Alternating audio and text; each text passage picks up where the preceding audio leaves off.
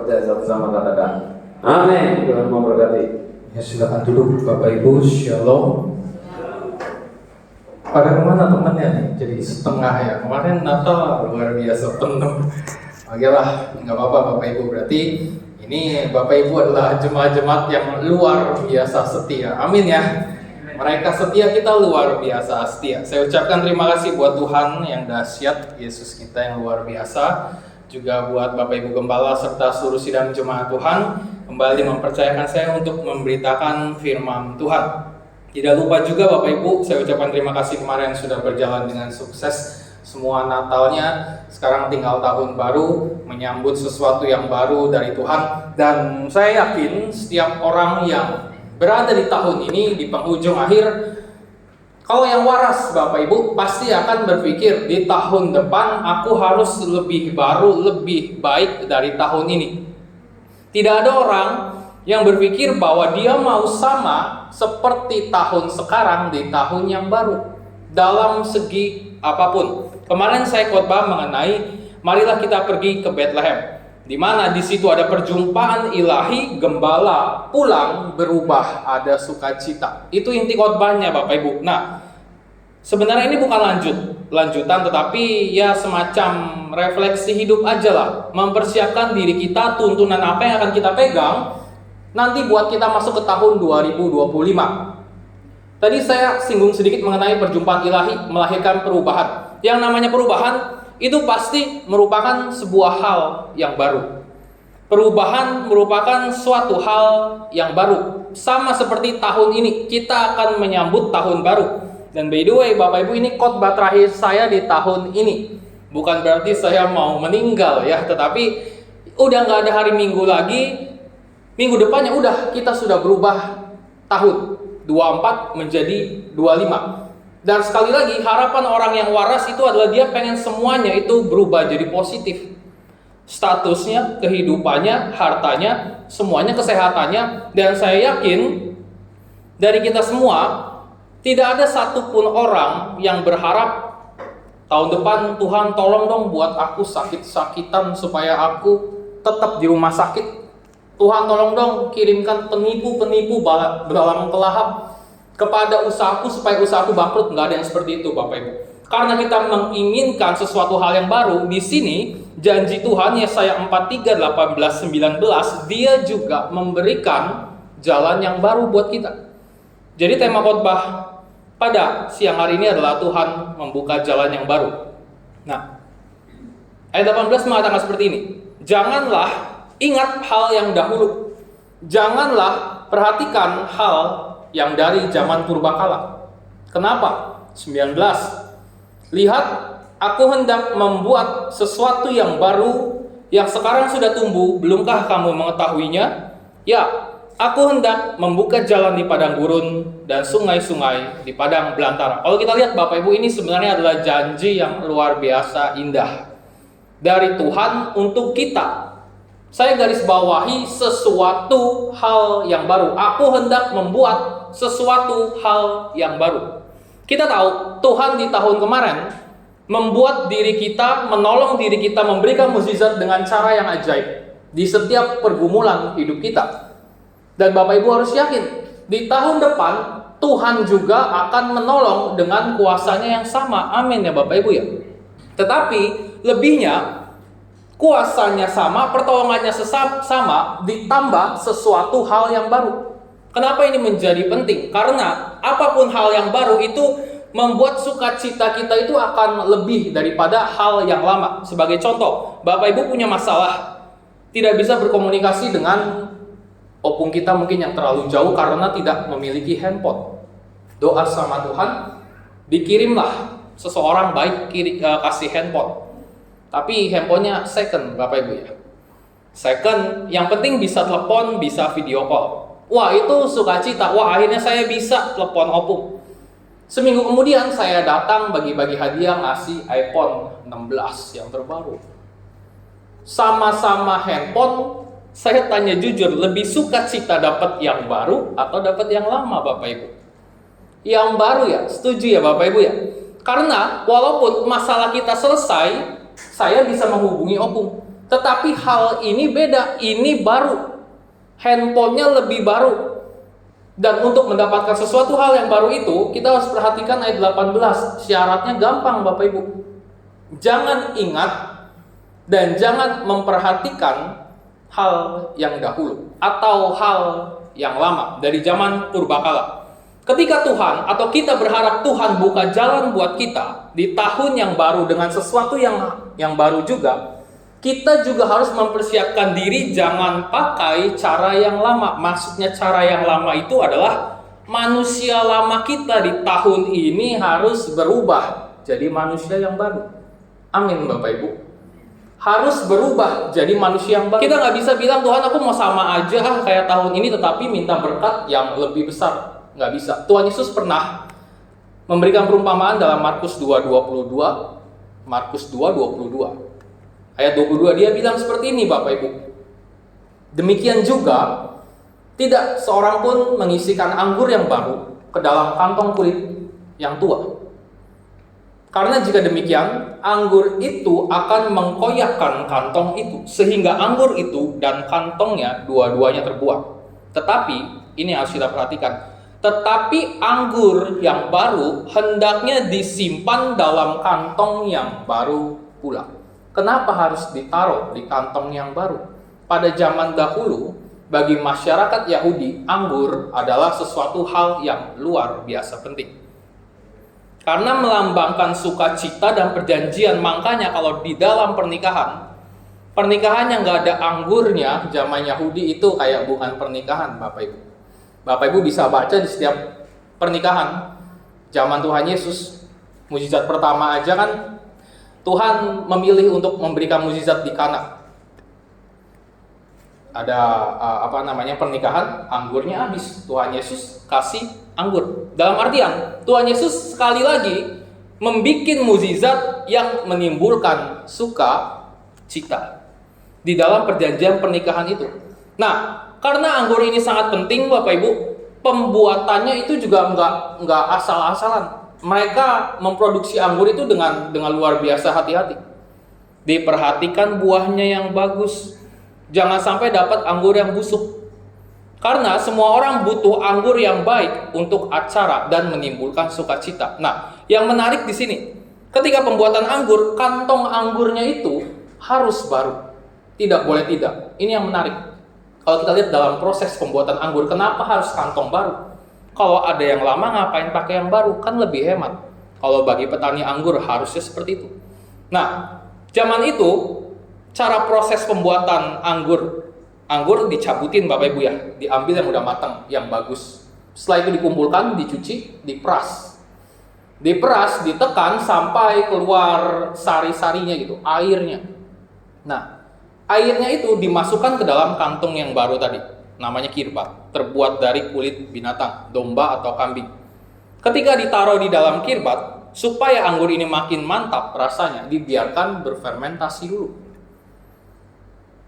Supaya menimbulkan alkohol dikit-dikit gitulah, berfermentasi. Nah, yang jadi penting di sini Bapak Ibu, ketika dia ada di dalam kirbat itu dan melakukan proses fermentasi, anggur ini akan mengeluarkan gas yang namanya karbon dioksida. Jadi, di dalam kirbat, selain misal 1 liter, dia berfermentasi ditambah gas-gas yang tadi. Sehingga kantong ini harus bisa melar sampai anggurnya baik dan siap untuk diminum. Kalau kirbat yang baru, kulit binatang yang baru, Bapak Ibu tahu sifat kulit itu kalau dipegang nih lentur Bapak Ibu ya. Lentur. Tetapi kalau kulit yang lama setelah mengembang dipakai lagi, dia nggak selentur kulit yang baru. Gunanya kulit yang baru ketika dia menghasilkan gas memuai itu jadi bisa menampung anggur dengan baik. Bayangkan memakai kantung kulit yang lama yang sudah memuai, masukin anggur, ditambah gas, makin di dalamnya semakin mengembang. Kira-kira apa yang terjadi Bapak Ibu? Pasti pecah dan pasti meledak kalau pakai kantung yang lama. Dia udah nggak bisa, kulitnya udah tua lah, udah keras, nggak bisa melar lagi. Jadi seandainya petani ini memakai kirbat yang lama, dia pasti rugi 2 kali. Mereka harus mempergunakan kirbat yang baru supaya bisa menahan gas tersebut, supaya bisa meminimalkan ya kondisi-kondisi gagal panen lah istilah gampangnya kalau zaman sekarang. Perumpamaan ini Bapak Ibu ditujukan sebenarnya kepada orang Farisi yang tentang kirbat lama dan kirbat baru. Saat itu orang Farisi ingin selamat, umat manusia ingin selamat. Dia berpikir perjanjian lama untuk selamat pakai hukum Taurat. Mereka akhirnya belajar hukum Taurat dengan baik dengan harapan saya bisa selamat. Lalu Tuhan Yesus datang. Tuhan Yesus datang bawa hukum yang baru, yaitu hukum kasih karunia. Dia bilang, semuanya yang ikut percaya sama aku akan ditebus dan bisa menghadap kepada Bapa. Ini kirbat baru, tetapi sayangnya orang Farisi nggak mau terima anggur baru dan kirbat baru ini. Mereka masih pegang dengan kirbat yang lama tadi, hukum Taurat tadi. Jadi orang berharap selamat tapi menggunakan kirbat lama hukum Taurat, padahal Yesus sudah lahir. Endingnya Bapak Ibu tidak mungkin selamat, karena Yesus sudah bilang hanya melalui aku saja. Mereka punya harapan selamat tapi mempergunakan hukum Taurat. Ini jadi nggak selamat. Kalau kita tarik ke dalam kehidupan kita, ini sama seperti harapan kita di tahun yang baru. Kita mau punya sukacita anggur yang baru. Kita mau semuanya itu berjalan dengan ya Tuhan bedakanlah sama tahun-tahun yang lama. Sekali lagi anggur itu sukacita yang membuat saya damai sejahtera, dan itu bisa bermacam-macam Bapak Ibu. Bisa harta, bisa status, bisa kita mungkin punya pacar baru yang sudah meninggal gitu, punya istri baru, suami baru, atau semuanya buat kita sukacita dan kita berharap itu semua sama Tuhan. Ada harapan dan ada goalsnya nanti di tahun 2025.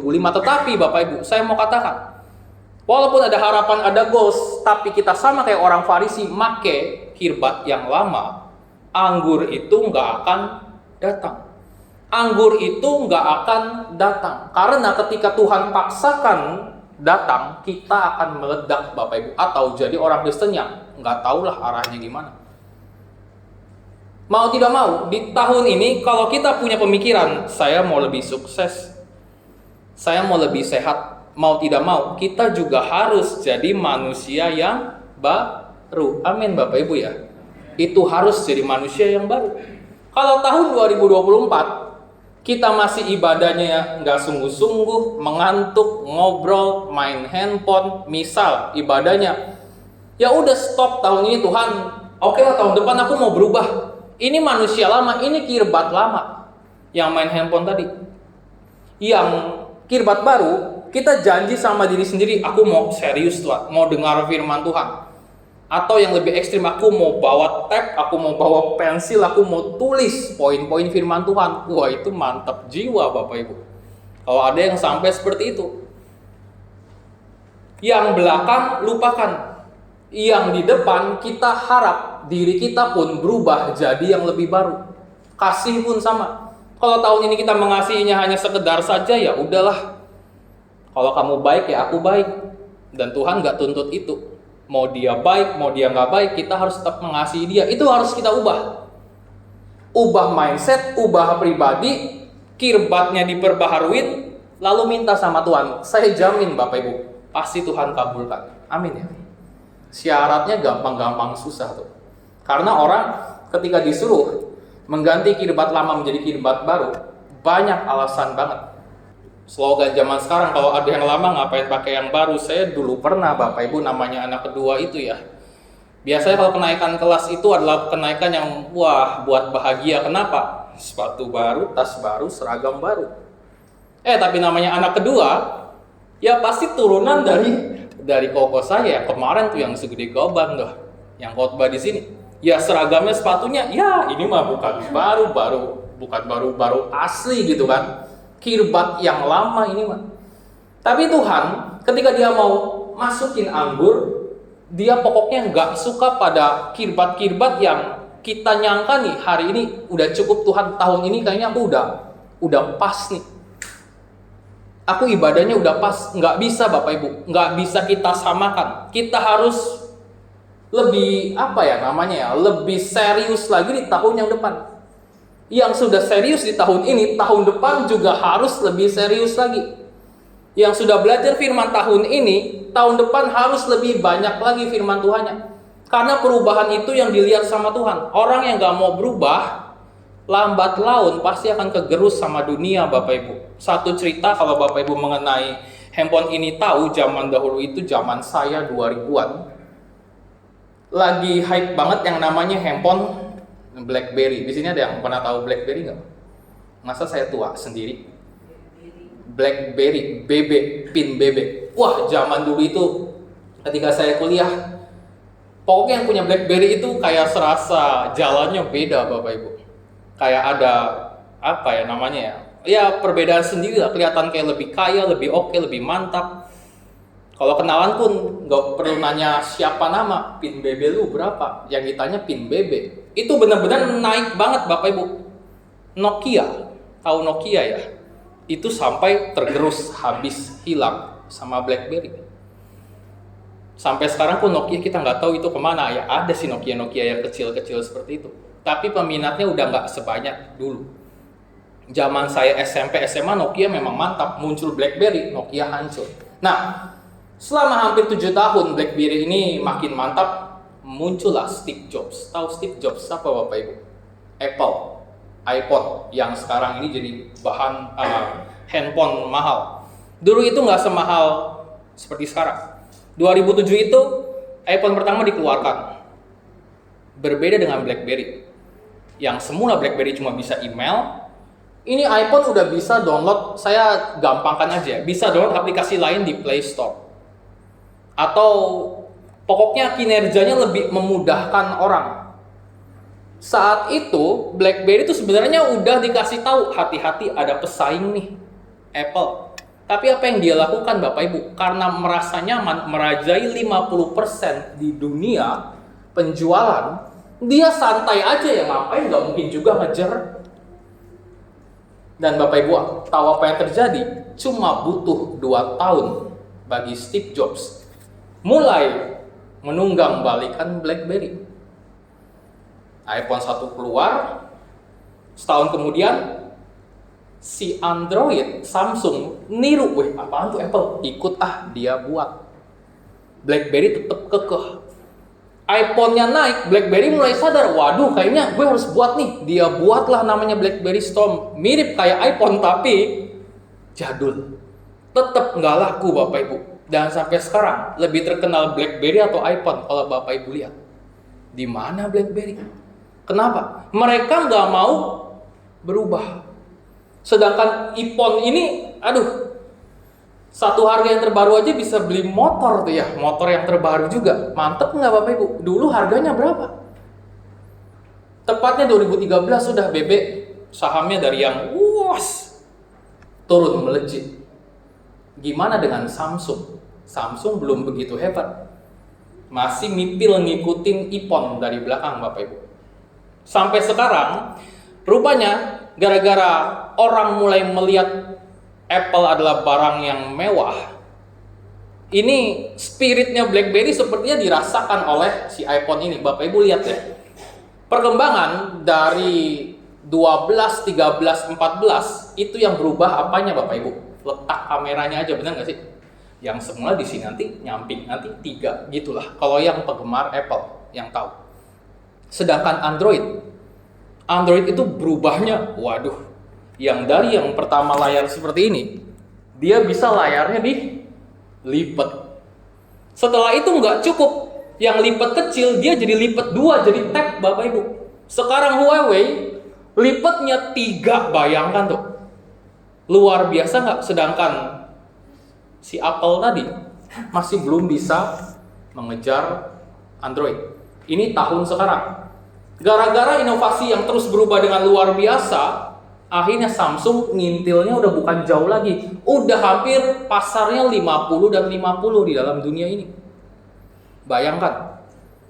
Yang mau terus berubah, perlahan demi perlahan, makin ke depannya makin baik. Dan tahun 2025 ada satu pesaing lagi nih, kalau Bapak Ibu tahu, dari China. Mereka udah nggak ngincer lagi lipet-lipetan, nggak ngincer lagi mewah-mewahan. Mereka kejarnya di mana Bapak Ibu? Di harga yang murah. Tahu ya? Pernah tahu nggak handphone 1 juta sekarang udah bisa dibanting, udah bisa masuk air. Handphone 2,5 juta udah bisa layarnya lengkung. Ini inovasi. Android, Apple belum bisa kasih harga semurah itu. Kita nggak tahu nanti 2026, 2027 apakah mereka juga akan memberikan harga murah. Tapi kalau seandainya Apple ini tetap nggak mau berubah, saya bisa jamin Bapak Ibu nasibnya bakal mirip dengan BlackBerry ini. Kalau dia nggak mau berubah, sama kayak kehidupan kita. Kita kalau nggak mau berubah, ya mungkin saat ini kita lagi asik banget nih, lagi di top banget. Tapi ingat Bapak Ibu, waktu terus berjalan. Zaman saya buat puisi itu sulitnya setengah mati. Duduk dulu di sawah, nunggu angin dulu, nunggu inspirasi. Zaman sekarang, ketik aja puisi cinta, muncul Bapak Ibu. Ini kan perubahan yang luar biasa. Kalau saya nggak ngikutin itu, ya udah terlambat, nggak akan bisa berkembang juga. Itu dalam dunia, dalam Kristen pun sama Bapak Ibu. Yang pada intinya perubahan atau pembaharuan dalam diri kita, jadi manusia baru itu menjadi sangat penting. Tuhan mau kerjakan sesuatu yang baru, Tuhan mau buka jalan yang baru tadi, kalau kirbat kita juga diperbaharui. Jadi jangan sampai kita minta sesuatu yang baru tanpa berubah, dan jangan sampai kita menunda untuk jadi manusia yang baru. Amin ya Bapak Ibu ya. Di tahun yang baru nanti. Berbicara mengenai manusia yang baru, saya kasih 2 tips dari seorang yang pakarnya manusia lama dan manusia baru, yaitu Paulus. Dari semua firman Tuhan, kejadian Wahyu ini, tokoh yang paling mengerti arti perubahan lama menjadi baru bagi saya adalah Paulus. Karena kita tahu betapa luar biasa jahatnya Saulus zaman itu berubah menjadi betapa luar biasanya di dalam Tuhan. Zaman gereja-gereja pertama, Efesus 4 ayat 17. Dan dia menulis satu hal mengenai manusia baru. Dia kasih tips dan triknya bagi setiap kita yang mau jadi manusia baru. Sebab itu kukatakan dan kutegaskan ini kepadamu di dalam Tuhan. Jangan hidup lagi sama seperti orang yang tidak mengenal Allah dengan pikirannya yang sia-sia. Ayat 18. Dan pengertiannya yang gelap, jauh dari hidup persekutuan dengan Allah karena kebodohan yang ada di dalam mereka dan karena kedegilan hati mereka. Cara menjadi manusia baru kita bisa lihat 2 hal yang harus kita tinggalkan: pikiran sia-sia dan pengertian yang gelap. Pikiran sia-sia dan pengertian yang gelap. Saya singkat jadi kebutaan rohani. Orang yang buta rohani ini bahaya Bapak Ibu, karena akan menyebabkan kebodohan dan kedegilan hati, sehingga dia nggak bisa jadi manusia yang baru. Tadi ada kan kata selanjutnya tuh, karena kebodohan dan karena kedegilan hati mereka.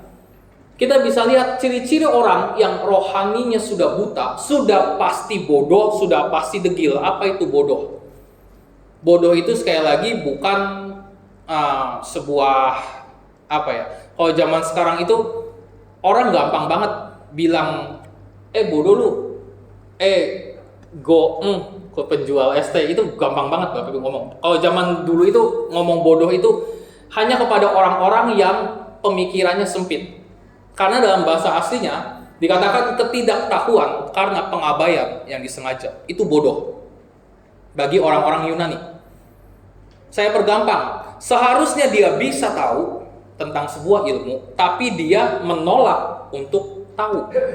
Dia nggak mau belajar untuk tahu, padahal dia bisa tahu. Itu adalah orang yang bodoh. Zaman Yunani pengetahuan itu sangat dinilai tinggi banget Bapak Ibu. Siapa yang pintar, dia diagungkan. Yesus 12 tahun bisa debat dan viral saat itu karena apa? Pintar Bapak Ibu. Yang tua bangka kalah semua sama Yesus di bait Allah. Makanya diliatin terus ini si tukang kayu nih mau kemana nih. Akhirnya umur 30 diikutin terus tuh sama ahli Farisi, ahli Yahudi. Karena orang-orang yang saat itu melihat orang pintar, terus otaknya cerdas, udah pasti banyak pengikutnya. Sedangkan orang yang pengetahuannya sedikit, nggak mau belajar, menolak untuk tahu, disebut bodoh. Kalau kita tarik ke zaman sekarang, ilmu kan banyak Bapak Ibu, tapi saya nggak bahas ilmu yang lain. Kita bahas aja kekristenan, yaitu adalah ilmu Alkitab. Ini kan Alkitab juga bagi saya adalah merupakan sebuah ilmu yang harus kita pelajari. Bagaimana cara Tuhan berbicara sama kita, sehingga kita baca firman Tuhan, kita tahu, oh aku harus melakukan ini nih setelah baca firman Tuhan. Orang bodoh itu sama seperti orang yang gak mau baca firman, gak mau menggali firman, males dengar firman. Seharusnya dia bisa tahu dari mana, dari hari Minggu bisa dengar pendetanya khotbah, tapi dia menolak ogah-ogahan, menolak tahu. Hingga pada akhirnya kekristenan dia, misal tahun 2023 30%, 2024 30 lagi, 25 namanya udah pikun, lupa-lupa dikit, turun Bapak Ibu jadi 20% pengetahuannya. Kenapa pengetahuan ini penting? Karena untuk berubah itu kita harus tahu dulu bagaimana caranya. Untuk jadi manusia baru, kita harus tahu dulu apa aja kriterianya. Seandainya kita orang pemarah Bapak Ibu ya, tahun depan pengen, aku mau ini Tuhan hilangkan marah, diubah dengan kasih. Misal ya, bagaimana kita bisa mengasihi kalau kita sendiri nggak tahu bagaimana Alkitab ini berbicara mengenai kasih. Dunia mengajarkan kita harus mengasihi orang yang balik mengasihi kita. Itu dunia. Tapi Tuhan ngajarinya beda. Musuhmu harus kita kasih. Kalau Yusak bilang, kalau kamu ditampar kiri, kasih kanan. Ini berbicara mengenai kerinduan kita terhadap firman Tuhan ini. Kalau tahun ini dan yang kebelakang kemarin, kerinduan kita masih 30%, 40%, itu sudah baik, sudah bagus. Tapi di tahun depan harus lebih rindu lagi Bapak Ibu, amin ya. Itu tanda manusia yang baru, manusia yang mau berprogres. Tahun ini udah bagus, tahun depan lebih getol lagi nih cari firman Tuhan. Supaya kita bisa tahu bagaimana cara kita berubah. Semua orang tahu jadi istri yang baik itu harus bisa masak. Tapi kalau seandainya nggak pernah nonton YouTube, nggak pernah baca resep, disuruh masak, jadinya apa Bapak Ibu? Racun nggak sih? Atau jari gosong? Dia nggak pernah mau belajar, ini jahe diapainnya? Nanti buat sayur asem dikasihnya jahe. Dibuat wedang jahe dikasihnya asem. Kan jadi nggak baik, karena dia nggak ngerti, nggak tahu ini pengetahuan dari mana. Nah firman Tuhan itu seperti itu. Untuk merubah diri kita menjadi manusia yang baru, kita perlu tahu apa aja nih kata Tuhan seperti ini, mengasihi seperti ini, memberi seperti ini. Lalu kita praktekkan. Jadi basicnya harus tahu dulu, sehingga kita nggak jadi bodoh rohani. Lalu yang kedua, kedegilan hati. Nah, kalau kita lihat dalam bahasa aslinya ini sama seperti di dalam perjanjian lama, yaitu porosin ketika Tuhan mengeraskan hati Firaun. Atau keras kepalanya bangsa Israel ketika dia ada di padang gurun. Dalam artian kedegilan, mengeraskan, membuat kaku sehingga menjadi resisten. Agak bingung sih Bapak Ibu ya. Mengeraskan, membuat kaku sehingga jadi resisten. Resisten itu kebal. Jadi orang ini dengan sengaja mengebalkan hati ketika mendengar firman Tuhan. Yang pertama masalahnya dia tidak tahu sehingga tidak bisa berubah dan tidak bisa jadi pelaku firman. Yang kedua masalahnya dia tahu firman Tuhan, tetapi dia nggak mau lakuin firman Tuhan karena hatinya bebal. Firaun tahu Bapak Ibu Allah Israel itu, waduh, kuasanya mantep banget.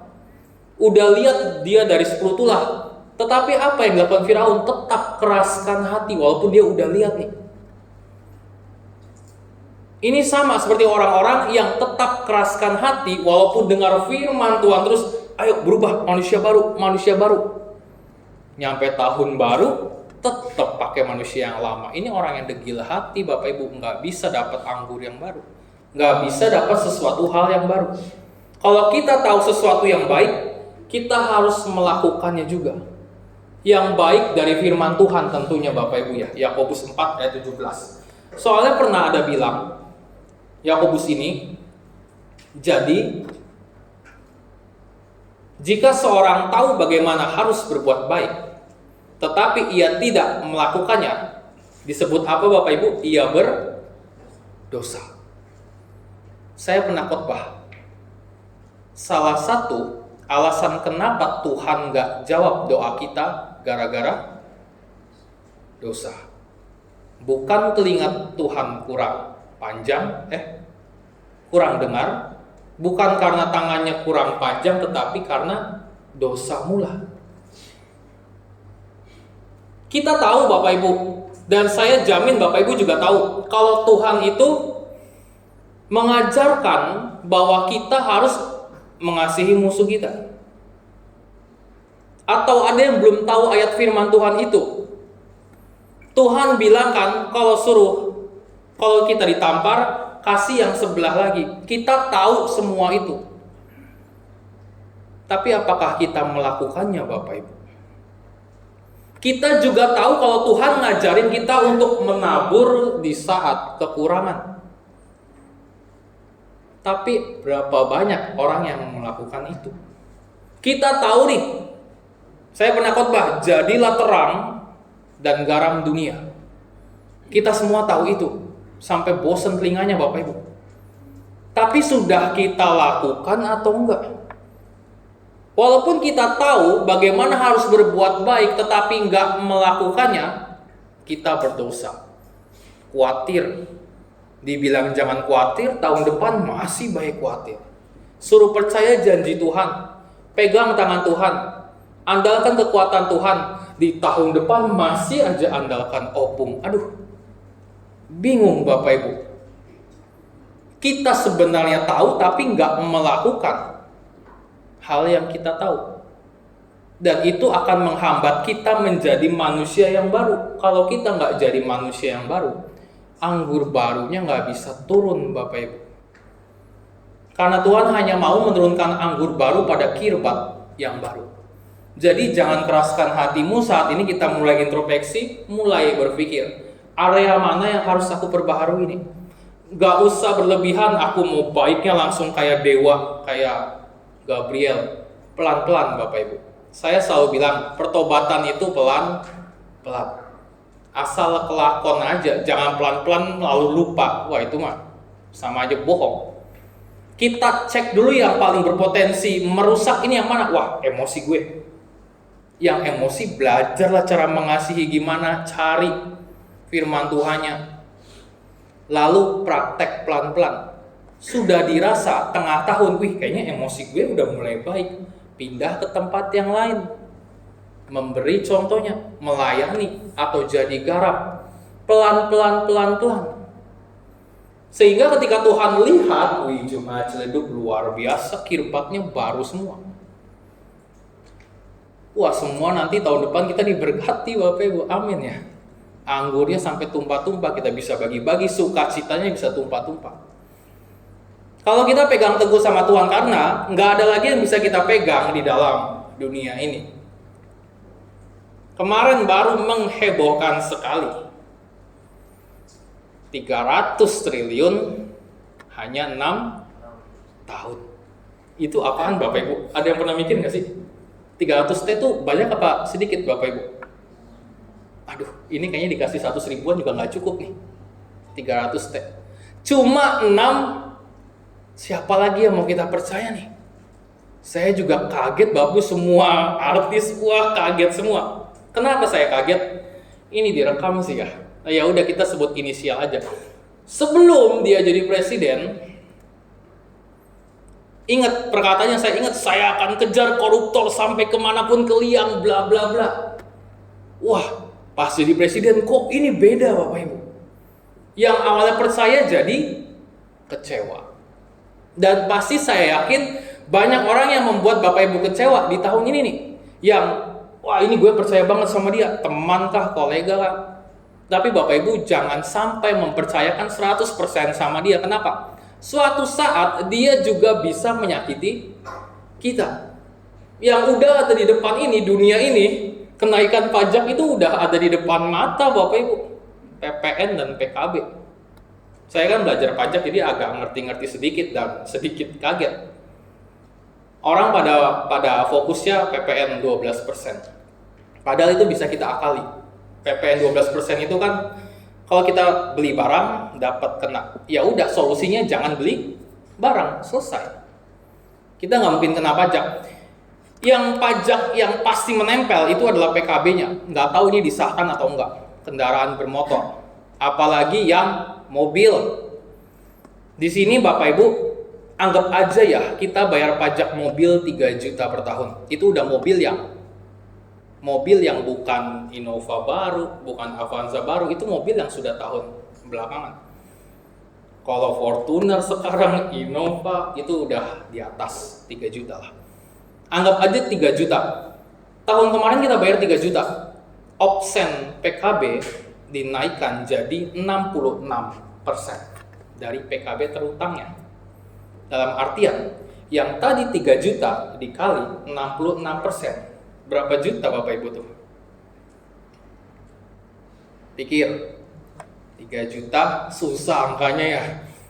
Yang ya anggap aja 50% kan 1,5 juta. Anggap aja 2 juta. Hah, berapa Pak? Ya 1.800.000 lah ya.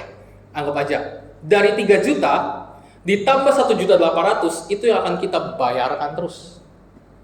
Mulai tahun 2025. Yang dulu mobil biasa, pajaknya biasa, sekarang mobilnya biasa, pajaknya kayak mobil mewah. Bapak Ibu, mantep nggak tuh? Yang heran di sini, yang namanya barang, saya pelajari, peralatan itu setiap tahun pasti ada penyusutan. Pajaknya tiap tahun naik, tapi harga mobilnya tetap turun. Ini kan nangkep Bapak Ibu ya. Aturan dunia udah nggak masuk di akal. Siapa lagi yang mau kita percaya? Mau pegang sama usaha kita, ya kena PPN tadi. Kita jual, kita beli, habis di 12% Bapak Ibu. Dan zaman sekarang adakah orang yang bisa hidup tanpa motor dan tanpa mobil? Ya ada sih, masih ada. Tetapi lebih banyak jemaat kita, puji Tuhan luar biasa diberkati semua. Butuh mobil dan butuh motor, benar nggak sih Bapak Ibu? Dan bayar pajaknya ini, aduh, lebih gede dari cicilan tahun kemarin, kan aneh. Tiap tahun loh.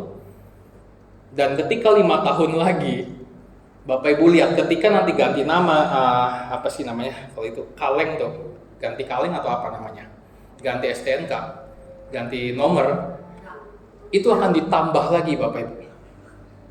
Bayangkan, kita rakyat kecil semakin kayak anggur diperes terus nih. Ya itu hanya intermezzo sedikit aja. Nggak tahu disahkannya katanya tanggal 5 Januari. Bingung Bapak Ibu, kalau kita mau percaya sama dunia, nggak ada lagi yang bisa kita percaya. Cuma pada Tuhan. Cuma Tuhan, kembali ke ayat yang tadi ya. Tuhan itu baik banget. 43:19. Ketika dia bilang, aku akan membukakan jalan yang baru, Tuhan itu nggak lihat keadaan sekitar kiri kanan. Dia bisa bangun jalan di padang gurun, bisa bangun sungai di padang belantara. Dalam artian, di situasi sulit seperti apapun, Tuhan bisa buka jalan. Amin. Di situasi yang makin ke depannya kita nggak paham, Tuhan bisa buka jalan. Tergantung kirbatnya nih Bapak Ibu. Tergantung kitanya masih gunain cara yang lama, manusia lama, atau kita penuh dengan kesadaran hari ini, iya Tuhan, aku mau berubah. Tahun ini masih ada beberapa hari, ambil keputusan. Nanti khotbah tahun baru dari Bapak Gembala ya peganglah. Tapi kalau dari saya, ini pesan tahun baru dari saya Bapak Ibu. Tahun baru, manusia baru. Tetap semangat di dalam Tuhan, jangan pernah goyah. Selalu ingat nih ayat ini. Tuhan akan membuat sesuatu yang baru. tambahin Bapak Ibu, selama aku juga jadi manusia baru. Lalu nikmatilah tuh berkat yang di belakang tuh. Jalan, sungai, dan semuanya. Dan saya percaya, di akhir tahun 2025, siapa yang mau jadi manusia baru, pasti akan diberkati Bapak Ibu. Amin ya. Saya undang Bapak Ibu untuk bangkit berdiri. Percaya sama janji Tuhan, lakukanlah perubahan supaya di tahun depan kita nggak sama seperti di tahun yang sekarang. Kita nyanyikan pujian yang tadi di dalam segala hal.